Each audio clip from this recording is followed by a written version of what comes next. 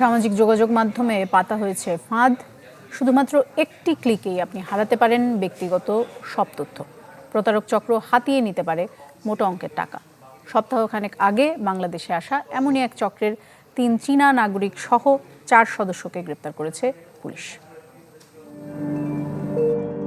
চাকরির প্রলোভন, বিভিন্ন অফার সহ নানা আকর্ষণীয় ভুয়া বিজ্ঞাপন। সামাজিক যোগাযোগ মাধ্যমে এই লোভনীয় ফাঁদে পা দিচ্ছেন অনেকেই। তা কাজে লাগিয়ে মোটা অঙ্কের টাকা হাতিয়ে নিচ্ছে প্রতারক চক্র।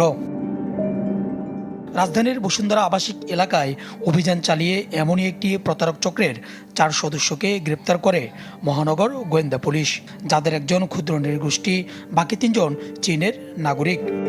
তাদের কাছে বিক্রি করে। পুলিশের দাবি, চক্রটির মূল হোতার অবস্থান হংকংয়ে। সপ্তাহখানেক হলো চক্রের সদস্যরা এসেছে বাংলাদেশে। তো মূল হোতা যেটা আমরা শুনলাম, উনি থাকে হংকং থেকে এটা চালায়। এরা কি করে, কর্মচারী শিফট করে, কিছুদিন রাখে, আবার এদেরকে অন্য জায়গায় নিয়ে যায়। যেটা বুঝলাম যে ওদের সঙ্গে একটু কথা বলে বুঝলাম যে পৃথিবীর আরও 2-1টি দেশে, সম্ভবত ভিয়েতনামে, ওরা এরকম এই একই লোক একই ধরনের ব্যবসা করতেছে।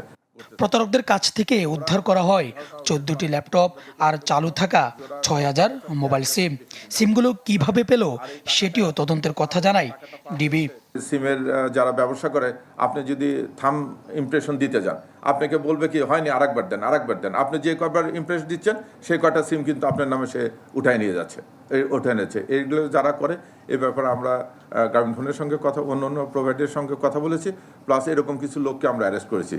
সামাজিক যোগাযোগ মাধ্যমে লোভনীয় অফার পেলেই যাচাই বাছাই করার পরামর্শ দেন পুলিশের এই কর্মকর্তা।